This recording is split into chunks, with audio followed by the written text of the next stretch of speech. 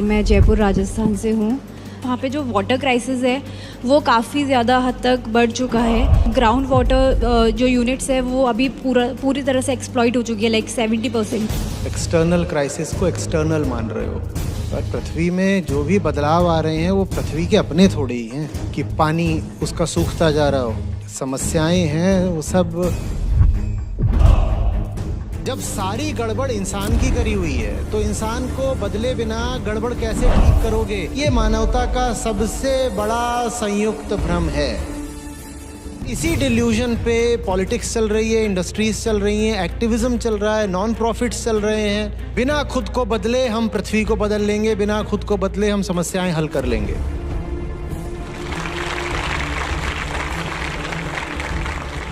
मैं बात को आईने की तरह साफ करके रख देता हूँ। आप जिन माहौलों में हो, अगर वो माहौल आपके लिए अच्छे ही होते ना तो आप यहाँ नहीं बैठे होते। जिसके घर में कोई व्यक्ति गीता छात्र है, उसके बाद भी वो गीता छात्र नहीं बन रहा, उससे गिरा कोई हो सकता है? अगर तुम जिंदा रहे और मैं जिंदा रहा तो एक दिन धन्यवाद दोगे कि आचार्य जी आपने बिल्कुल ठीक बोला था।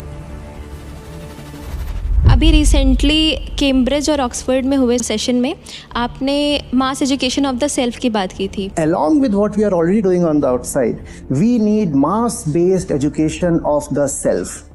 But I am talking of mass-based education of the self. Good evening sir, मेरा नाम अंबिका है और मैं जयपुर राजस्थान से हूँ। राजस्थान में बहुत सारे ऐसे इश्यूज़ हैं जो मैं देखती हूँ, जैसे कि अभी भी घूंघट प्रथा चल रही है। मैं उन सब के बारे में अब आपसे डिस्कस मतलब नहीं बताना चाहूँगी, because there are lot of things that I would like to say, civic sense, also वहाँ पे बहुत गुटखा और ये सब भी खाते हैं।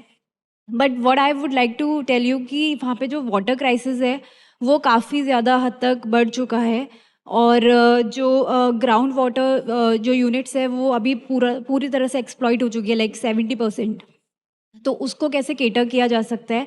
और साथ ही साथ जो क्लाइमेट क्राइसिस है, जैसे टीयर 1 सिटीज़ दिल्ली, मुंबई, बेंगलोर, यहाँ पर तो इन सब के बारे में बातें की जाती है, बट टीयर 2, टीयर 3 सिटीज़ के अंदर इनके ऊपर कोई डिस्कशंस नहीं होते हैं।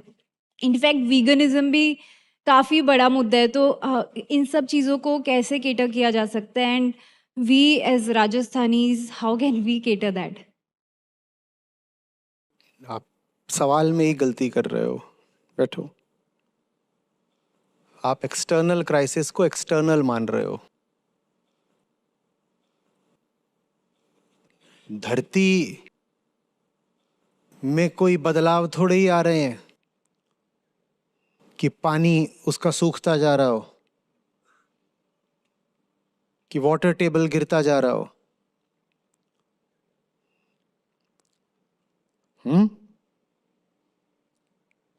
जितनी समस्याएं हैं वो सब इंसान के भीतर की हैं। बाहर आपको जब समस्या दिखाई देती है तो बाहर लगती है, वो होती भीतरी है। और कई बार वो जो भीतरी समस्या है वो बाहर तो समस्या की तरह भी नहीं दिखती, वो बाहर तरक्की और विकास और खुशखबरी की तरह दिखती है। पर पृथ्वी में जो भी बदलाव आ रहे हैं वो पृथ्वी के अपने थोड़े ही हैं। इसी तरह से समाज शब्द का हम बहुत ढीला इस्तेमाल कर लेते हैं। समाज में ऐसा हो रहा है, समाज में नशा है, समाज में घूंघट है, समाज में गुटखा खैनी है, समाज में भ्रष्टाचार है। समाज माने क्या होता है? समाज माने कुछ नहीं। समाज क्या होता है? इंसान की बात है। पर हम क्या करें? उनके सब कलीग्स बोलेंगे कि मास एजुकेशन ऑफ द सेल्फ तो इम्प्रैक्टिकल है, और उसके बिना ना आप पृथ्वी को बचा सकते ना समाज को बचा सकते। जब सारी गड़बड़ इंसान की करी हुई है तो इंसान को बदले बिना गड़बड़ कैसे ठीक करोगे? मेरे छोटे से भेजे में बात घुसती नहीं। आपके घुसती हो तो बता दो। घुसती है? ये सारी गड़बड़ियां किसी पारलौकिक शक्ति द्वारा निर्देशित है क्या? वहां से आकाश से कोई बड़ा उल्का पिंड आकर के गिरा और पानी जो था वो सारा भाप बन गया? ऐसा हुआ है क्या? कोई विदेशी ताकत आई और उसने हमारा जेनेटिक कोड खराब कर दिया? ऐसा हुआ है क्या? किसी दुश्मन देश ने साजिश करके इस देश के लोगों को गुटखे की लत लगा दी, ऐसा हुआ है क्या? ये सारी करतूतें किसकी हैं? किसकी हैं? हमारी अपनी है। और हम कहते हैं हमें मत बदलो, बस बाहर का नजारा बदल दो। मैं कैसे बाहर का नजारा बदल दूं? दिक्कत यह है कि कई बार किसी क्षेत्र में, किसी सेक्टर में कुछ अवधि के लिए नजारा बदल भी जाता है, तो इससे अहंकार को ये कहने का झूठा नाजायज हक मिल जाता है, लाइसेंस मिल जाता है कि भीतर कुछ बदले बिना भी बाहर बदला जा सकता है। जैसे कि ये कैंपस है जीबीयू का, सुबह सुबह हम आपको एक्टिविटी करा दें कि चलो यहाँ जितना प्लास्टिक पन्नी पड़ी है सब उठा करके इकट्ठा कर दो, कैंपस बिल्कुल साफ कर दो। आप इतने सारे यहाँ पे लोग हो, 800,000 जने हो, सुबह और भी आने वाले हैं लोग, वो सब लोग आप मिल करके आप कैंपस को बिल्कुल चकाचक कर सकते हो और उसकी आप फोटो बना लो, वीडियो बना लो, और उससे आपको ये कहने का नाजायज हक मिल जाएगा कि देखो कौन सी हमारी एजुकेशन ऑफ द सेल्फ हुई। आत्मज्ञान की बात नहीं है, पॉलिसी और एक्टिविज्म और मोटिवेशन की बात है।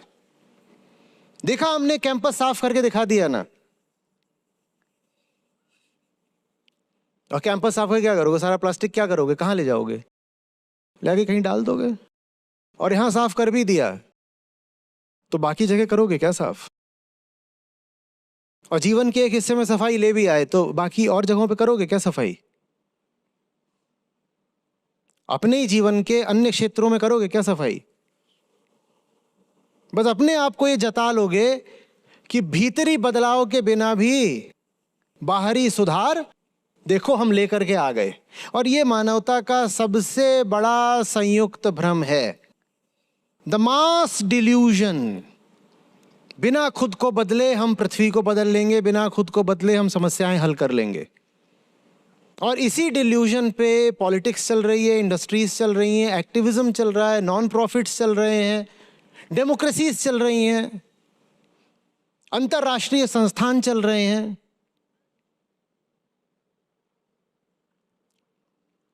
वहां भी समस्याओं को टैकल करने की बात होती है, ये समस्या सुलझानी है, करना। पर वो जो समाधान होता है उसमें द इनवर्ड ग्लैंस, आत्मज्ञान कहीं भी नहीं आता, बिल्कुल ही नहीं आता। हाँ, फंडिंग आती है बहुत सारी, क्या करने के लिए? बाहर की सफाई करने के लिए। और जब बाहर की सफाई करने के लिए इतनी बढ़िया फंडिंग आ रही हो तो आत्मज्ञान याद आ भी रहा हो तो भुला दिया जाता है।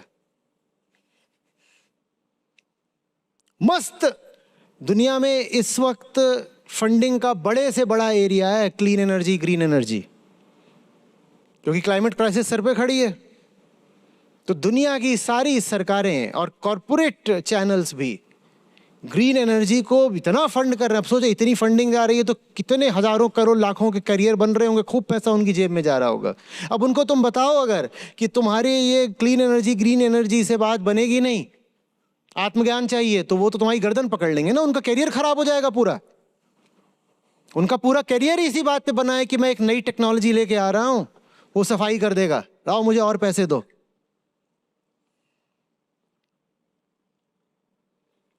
और तुम कह रहे हो नहीं, ये वेस्टफुल एक्सपेंडिचर है, इससे 1% खर्चे में पूरी दुनिया की वो एजुकेशन करी जा सकती है जिससे समाधान सचमुच हो जाएगा। वो कहेगा बाप रे बाप,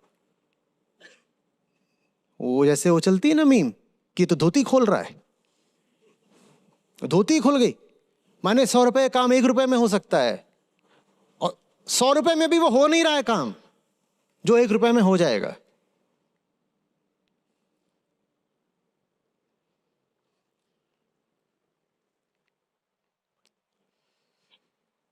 समस्या बाहर है, समस्या का बाप भीतर है, कर्म बाहर है, कर्ता तो भीतर है। उसको संबोधित किए बिना कर्म कैसे बदल दोगे? इतनी सी बात है बस। इंसान बदले बिना तुमने उसका व्यवहार बदल भी दिया तो वो एक क्षेत्र में बदलेगा बस, कुछ सीमा तक बदलेगा बस, और कुछ समय के लिए बदलेगा बस। इसीलिए ये जो सेक्टोरल एक्टिविज्म होता है ये बड़ा पाखंड है। मुझे सबको वीगन बनाना है। अब वीगनिज्म इन के एक्टिविज्म का क्षेत्र है, पर फीमेल फीटिसाइड नहीं। ये कैसे हो सकता है? ये कह रहे नहीं नहीं नहीं, देखो हम वीकनिज्म वाले हैं, ये फेमिनिज्म वाले हैं, ये पॉल्यूशन वाले हैं, और पॉल्यूशन में भी ये रिवर वाले हैं, ये एयर वाले हैं, ये फॉरेस्ट वाले हैं, ये अर्बन वाले हैं, ये रूरल वाले हैं, और सब अपने अपने क्षेत्र में काम करेंगे, जैसे कि ये सब अलग अलग क्षेत्रों। और ये टेररिज्म वाले हैं, जैसे कि आतंकवाद और प्रदूषण दो अलग अलग समस्याएं हों, पर इनके खोपड़े में घुस नहीं रही बात कि आतंकवाद और प्रदूषण दोनों एक ही जगह से आ रहा है। और जब उनके खोपड़े में बात नहीं घुसती तो आप मेरे पास आ जाते हो, अच्छा जी आपकी बात में कुछ लोचा है क्या? मेरे कॉलेज के डायरेक्टर ने आपकी बात नहीं मानी, जरूर आपकी बात में लोचा होगा। चक द डायरेक्टर, उसको नहीं माननी, समय बहुत कम है, मेरे साथ आओ, कुछ करना है तो। उसको क्या कन्विंस कर रहे हो? अपोलॉजिस्ट्स बन के जाते हो तुम लोग, अपने अपने दायरों में, अपने अपने क्षेत्रों में, वेदर इन वर्क प्लेस और इन फैमिली। अपोलॉजिस्ट समझते हो? आचार्य जी के याचक प्रतिनिधि, कि हाँ हाँ वो ना, ये नहीं, आप लोग तो बहुत अच्छा काम कर रहे हो, वो एक्चुअली ये हैं, ये ना, ये सर है मेरे, ये IIM के पढ़े हुए हैं, मतलब टोटली क्रैक नहीं है, मतलब तो ये ना इन्होंने ऐसी कुछ बात बोली थी, और वो फिर ऐसे देखते हैं, हाँ हाँ हाँ, submit the petition, I looked at it, there is 2% merit in it and the rest of it is junk. और फिर तुम मेरे पास आ जाते हैं, कोई आपकी बात नहीं सुनता। तुम्हें कहा किसने था कि उस बात को वहां ले जा करके उस मूर्ख के आगे रखो, और वो भी उस तरीके से जैसे रख रहे हो? मुझे देखा है कहीं जाकर पिटीशन देते हुए, जहां जाता हूं वहां दहाड़ के बोलता हूं, सर पे चढ़ के बोलता हूं, और नहीं जाता तो फिर नहीं जाता, तुम्हें नहीं सुननी मेरी बात तो नहीं बोलूंगा, पर मैं याचना करने नहीं आऊंगा कि प्लीज प्लीज प्लीज ये बात ऐसे थोड़ा बहुत थोड़ा बजट इधर भी दे दीजिए सेल्फ एजुकेशन का। मुझे नहीं चाहिए तुम्हारा बजट, जो करना खुद कर लूंगा, अकेले कर लूंगा, वन मैन आर्मी बन लूंगा, अपना अलग इंस्टीट्यूशन बना लूंगा, पर तुम्हारे सामने याचना करने नहीं आ रहा।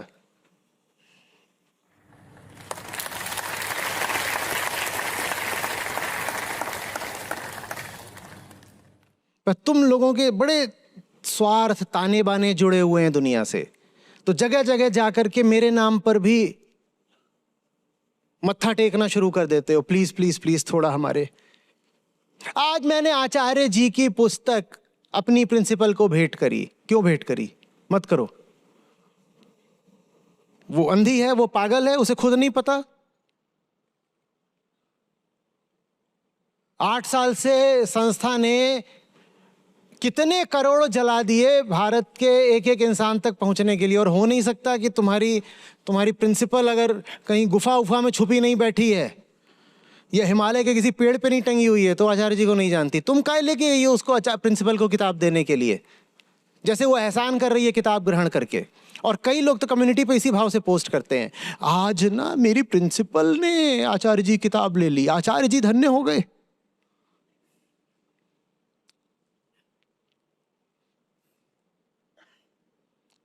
और अगर कोई सरकारी अफसर या नेता तुम्हारी किताब ले ले तब तो ऐसा हो जाता है जैसे आज तुमने आचार्य जी का बिल्कुल झंडा ही गाड़ दिया। मेरे क्षेत्र के पार्षद ने किताब ले ली, तुम्हारे पार्षद को हम घुसने न दें यहां, और तुम ऐसे हो जाते हो कि बिल्कुल लौट जाते हो कि हाँ, क्योंकि स्वार्थ जुड़े हुए हैं, क्योंकि तुम भी उन्हीं के जैसे हो। नहीं तो उनकी करतूतें तुम्हें साफ दिखाई देती, नहीं तो उनकी व्यर्थ बातों को लेके मेरे पास नहीं आते कि आप जवाब दीजिए। कितनों के आप लोगों ने पढ़े होंगे, हाथ उठाइएगा, कितनों के इस तरह के आते हैं कम्युनिटी पर रिफ्लेक्शन की नहीं, कि आज मेरे पापा और भाई खाने की टेबल पे बैठ गए और वो आचार्य जी पे ऐसे ऐसे इल्ज़ाम लगाने लगे। कुछ देर तक तो मैं बोलती रही, लेकिन उसके बाद मेरी बातों का उनके पास कोई उत्तर नहीं था। और वो जो बातें हैं उनकी, वो बिल्कुल एकदम महामूर्खता की बातें। या ऐसे कितने कितने लोगों ने ऐसा कोई ना कोई रिफ्लेक्शन पढ़ा है कम्युनिटी पर। मैं हार गई आचार्य जी, अब मैं हार गई। तुझसे कहा किसने था कि उन दो मूढ़ों के सामने जाकर मेरी बात कर? पर तेरे स्वार्थ हैं, मेरे पप्पा, मेरा भैया, और अहंकार गहरा है कि मेरे पप्पा हैं, मेरे भैया हैं, तो थोड़ा तो उनमें दम दिलासा होगा, कुछ तो ढंग के होंगे। कोई ढंग के नहीं है। जो मेरी इतनी सीधी बातों पर भी कुतर्क करे, आक्षेप करे, वो आदमी ढंग का हो सकता है? मैं कोई जटिल बात बोलता हूं? मैं दार्शनिक सूत्रों में बोलता हूं? मैं सैद्धांतिक जटिलताओं में बोलता हूं? मैं बात को आईने की तरह साफ करके रख देता हूं। उसके बाद तुम्हारे पप्पा और तुम्हारा भैया, उसको मेरी बात समझ में नहीं आ रही है, तो तुम उनसे बात कर भी क्यों रहे हो? नराधम है, बात इतनी सी है बस। जटिलता कुछ नहीं है, बदनीयत है। मैं आपसे ही प्रार्थना कर रहा हूं, don't disclose me to insensitive eyes. वो जो डिस्क्लोजर है वो संस्था खुद कर रही है, हमारे पास उसके तरीके हैं, हम प्रचार करना जानते हैं। आप जाकर के मेरे प्रतिनिधि बन के मेरा मान मत घटाइए, मूर्खों के सामने मेरी बात रख के और फिर मुंह की खाके कि चार मेरे नशेड़ी यार, और उनके सामने मैंने आचार्य जी की गीता खोल दी और वो हंसने लग गए और मैं अपना सा मुंह लेके रह गया। कोई जरूरत नहीं, तुम मत करो चर्चा, मुझे तुम्हारे वो चार नशेड़ी यार नहीं चाहिए।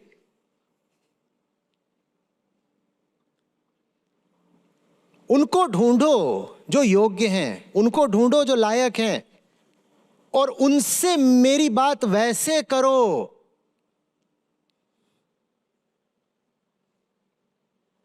जैसे मंदिर में बात की जाती है। कैसे?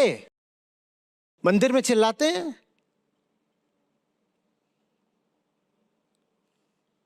कैसे बात की जाती है मंदिर में?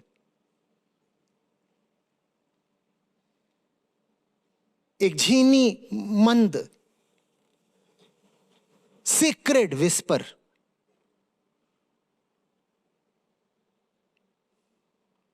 नमस्ते आचार्य जी, मेरा नाम आकांक्षा है। मैं आपसे पिछले 1.5 सालों से जुड़ी हुई हूँ। अभी रिसेंटली कैम्ब्रिज और ऑक्सफोर्ड में हुए सेशन में आपने मास एजुकेशन ऑफ द सेल्फ की बात की थी। Along with what we are already doing on the outside, we need mass-based education of the self. But I am talking of mass-based education of the self. तो जब मैं अपने आसपास अपने फ्रेंड्स, रिलेटिव्स या फैमिली से बात करती हूँ कि विमेन एम्पावरमेंट, क्लाइमेट चेंज और ऑपरेशन 2030 की, तो वो इससे रिलेट कर पाते हैं कि इसका इम्पैक्ट क्या है। But when it comes to mass education of the self, तो ये उन्हें इम्प्रैक्टिकल लगता है कि इतने ढेर सारे लोगों की कॉन्शियसनेस एक साथ रेज नहीं हो सकती। तो मेरा क्वेश्चन आपसे ये था कि इस तरीके का जो सिनिसिज्म है, इसका रिस्पॉन्स क्या होना चाहिए? करके दिखाइए, और क्या। इतने सारे लोग एक साथ सांस ले लेते हैं, बड़े बड़े रेस्ट रूम्स होते हैं एयरपोर्ट्स वगैरह पे, वहां इतने सारे लोग एक साथ पेशाब कर लेते हैं।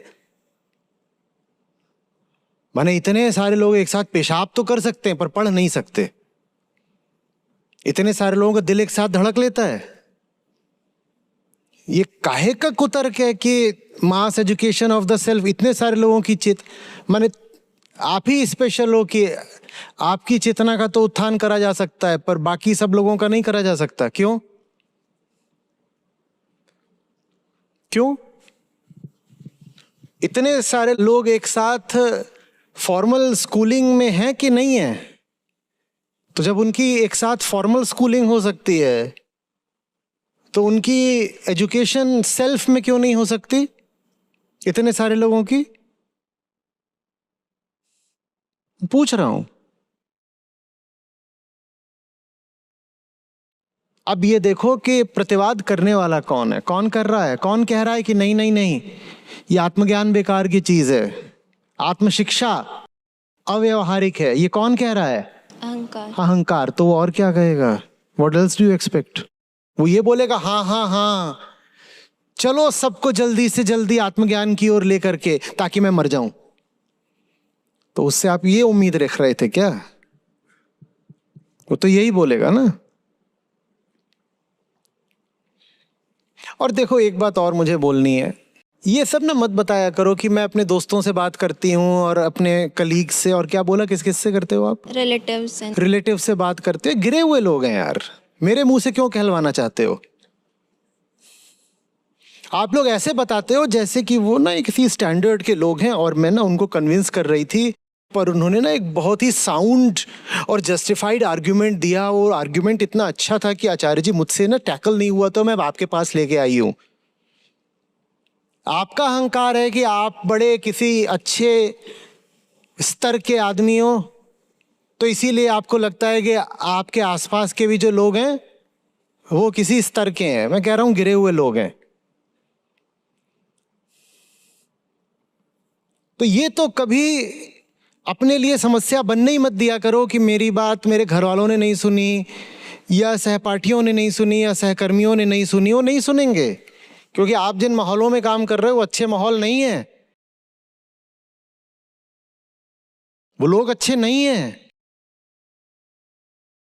पर आप ये मानने को तैयार नहीं होते। उल्टे आपका तर्क क्या होता है आचार्य जी आपकी बात में लेकर के गई थी, मैंने ना अपने ऑफिस के 10 कलीग से बात करी, किसी ने भी आपकी बात नहीं मानी। इससे क्या प्रूव होता है कि पहली बात तो आपकी बात कुछ ठीक नहीं है, क्योंकि मेरे महान कलीग्स आपकी बात मान नहीं रहे, और दूसरा कोई नहीं मान रहा आचार्य जी आपकी बात, बस मैं आ रही हूं आपकी तरफ, देखा मैं एहसान कर रही हूं आपके ऊपर। कोई भी नहीं आना चाहता आपकी ओर, मैं आ रही हूं, बस मैं एहसान कर रही हूं आपके ऊपर।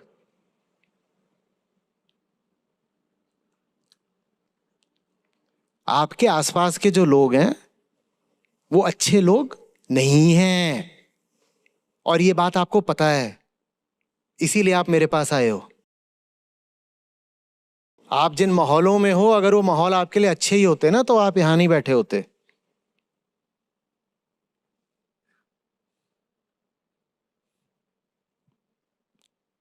कड़वा, गलत।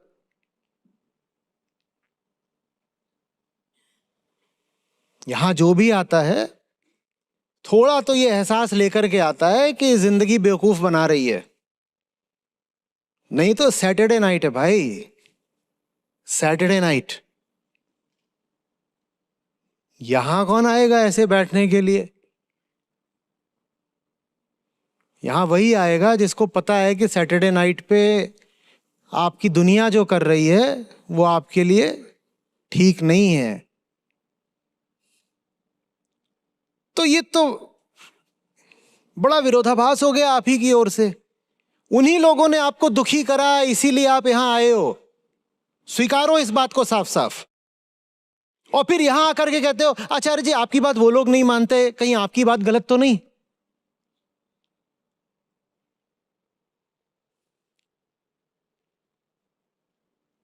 मेरा सिद्धांत खरगोश को बचाने का है। खरगोश को बचाने का सिद्धांत खरगोश का शिकारी क्यों मानेगा भला? मेरी बात और कोई मान भी ले, तुम्हारे आसपास के लोग तो बिल्कुल नहीं मानेंगे, क्योंकि उन्हीं से तो तुमको बचाया है मैंने।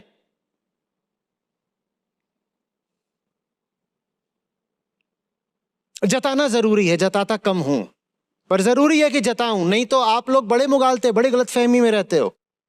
आप रेस्क्यूड लोग हो।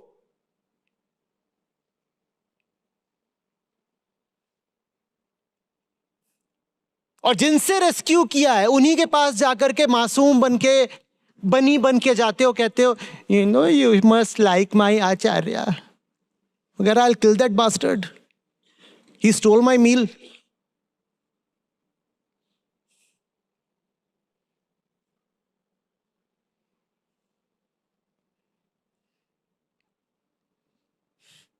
ये अच्छे लोग नहीं हैं, गेट दैट स्ट्रेट। वो अच्छे लोग होते तो मैं भी उन्हीं के बीच होता।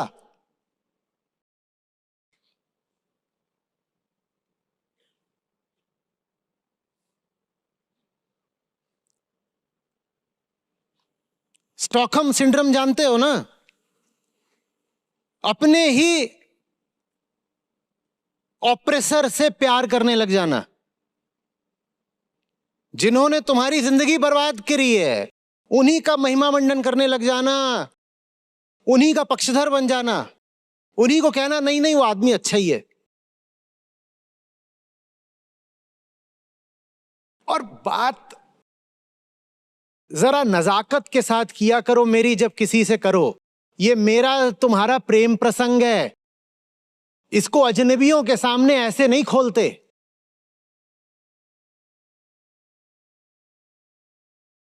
बताया भी जाता है तो शऊर होता है एक बताने का, एक तरीका होता है, एक टेंडरनेस होती है, बड़ी कोमलता से फुसफुसा के बताया जाता है। चौराहे पर नगाड़ा नहीं पीटा जाता। इस भाव से बोलते हो ना, मेरे कलीग्स, मेरे फ्रेंड्स, मेरे रिलेटिव्स, जैसे पता नहीं कौन से महानुभाव की बात कर रहे हो। और बात जिसकी हो रही है वो है कि जिसको झुन्नू भी झुन्नू बोले। पर आदत लग गई है ना, यू नो माय जीजा जी बड़ी एमएनसी में जॉब करते हैं। जीजा बच के रहना।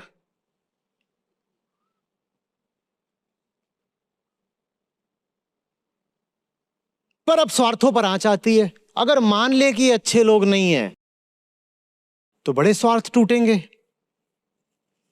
क्योंकि मक्खन मलाई तो सब इन्हीं लोगों से हासिल कर रहे हो। बस यहां फंस जाता है मामला। अब आ गई है कॉग्निटिव डिसोनेंस।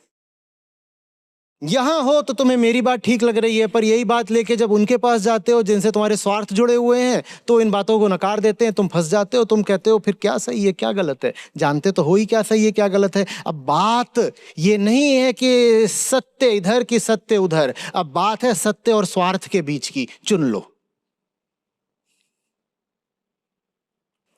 और एक काम और मत क्या करो, तुम्हारे घर वालों में जो लोग गीता प्रतिभागी नहीं है उनको बुक साइनिंग वगैरह में मेरे सामने लेके मत आ जाया करो। यहां मैं मंच से आपसे थोड़ा कटु हो लेता हूं, नहीं तो मैं जब नीचे होता हूं ना तो मैं भी बड़ा संस्कारी आदमी हूं। कोई मुझसे मिलने आता है तो मैं भी नमस्कार कर लेता हूं, उनको भी कर लेता हूं जिनको करना नहीं चाहिए। आप लेके आ जाते हो, आचार्य जी ये मेरे पति हैं मिलिए। मैं क्यों मिलूं? वो गीता छात्र हो तो मिलूंगा, नहीं तो क्यों मिलूं? और फिर वो कोई बकवास सी बात करके चला जाएगा। हाँ हाँ हाँ हाँ नहीं मैंने सुना था एक दिन आपको 1.5 मिनट के लिए और मुझे लगा कि आदमी कुछ बातें ठीक कर रहा है, और इसके अलावा वो फलाने वो हैं, वो फलाने वो गुरु, वो योगाचारी महाशास्त्री, मैं उनको सुनता आया हूं। और तुम ये क्यों कर रहे हो अत्याचार मेरे ऊपर? सिर्फ इसलिए कि मेरे पापा हैं, मेरे पति हैं, तो इसीलिए अच्छे ही आदमी होंगे ना, चलो आचार्य जी से मिलो। और जलील आदमी है जिसके घर में कोई व्यक्ति गीता छात्र है, उसके बाद भी वो गीता छात्र नहीं बन रहा, उससे गिरा कोई हो सकता है? जिन तक खबर पहुंची ही नहीं उनको तो फिर भी माफ कर सकते हैं, पर जिनके घरों तक डंका पिट चुका है, जिनके घरों में खुद गीता छात्र बैठा हुआ है और फिर भी वो गीता नहीं सुनते, वो आदमी जलील नहीं है तो क्या है? और ऐसे आदमी को क्यों मेरे सामने लेकर आते हो? पर खूब करते हो जैसे फैमिली अफेयर हो। Acharya ji please meet my wife. Why should I meet your wife? And if I truly meet her, what if she leaves you? Because she will.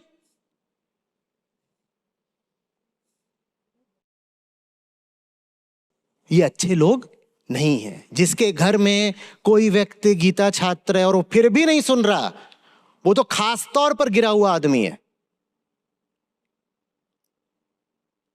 जिसके ऑफिस में कोई कलीग है जो उन्हें साफ साफ दिखा रहा है कि ये गीता सत्र है, ये ऐप है और ऐसा होता है, उसके बाद भी वो डिसमिसिव है, कंटेम्पचुअस है, वो आदमी नहीं है, वो नराधम कीड़ा है। तुम उसकी बात मुझे क्या बताने आए हो कि मेरे कलीग्स ऐसा नहीं मानते, मास एजुकेशन ऑफ द सेल्फ को समझते नहीं हैं? आपके लिए कोई होगा इंसान बड़ा, मेरे लिए दो ही तरह के लोग होते हैं, जो सच के साथ हैं, जो सच के खिलाफ हैं। और जो राम का नहीं वो मेरा नहीं। आपके होते हैं बहुत तरीके के हाइड्रा हेडेड रिश्ते, कि एक रिश्ता इससे ही बना लो, एक उससे ही बना लो, एक उससे ही बना लो। मेरे सारे रिश्ते एक फिल्टर से होके गुजरते हैं। जो उस फिल्टर को पार कर जाएगा उससे मेरा रिश्ता बनेगा, जो नहीं करेगा नहीं बनेगा। मेरा खेल बहुत सीधा है।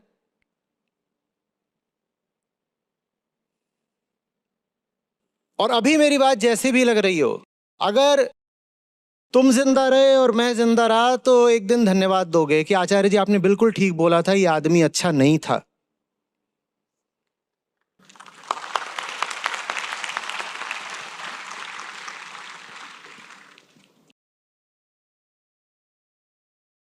आपको खुशी होगी इस नाते, जो हमारी अपनी ऐप है जिसमें हमारे गीता और बाकी सब कार्यक्रम चलते हैं, यहाँ पर बुद्ध हैं, गीता है, उपनिषद है, अष्टावक्र हैं। ये मुझे मिले, मेरी ज़िंदगी बदली, ये तुम्हें मिलेंगे, तुम्हारी ज़िंदगी भी बदलेगी। सच पूछिए तो मतलब लाखों नहीं तो कम से कम हज़ारों ज़िंदगियाँ तो हैं जो बिल्कुल बदली हैं।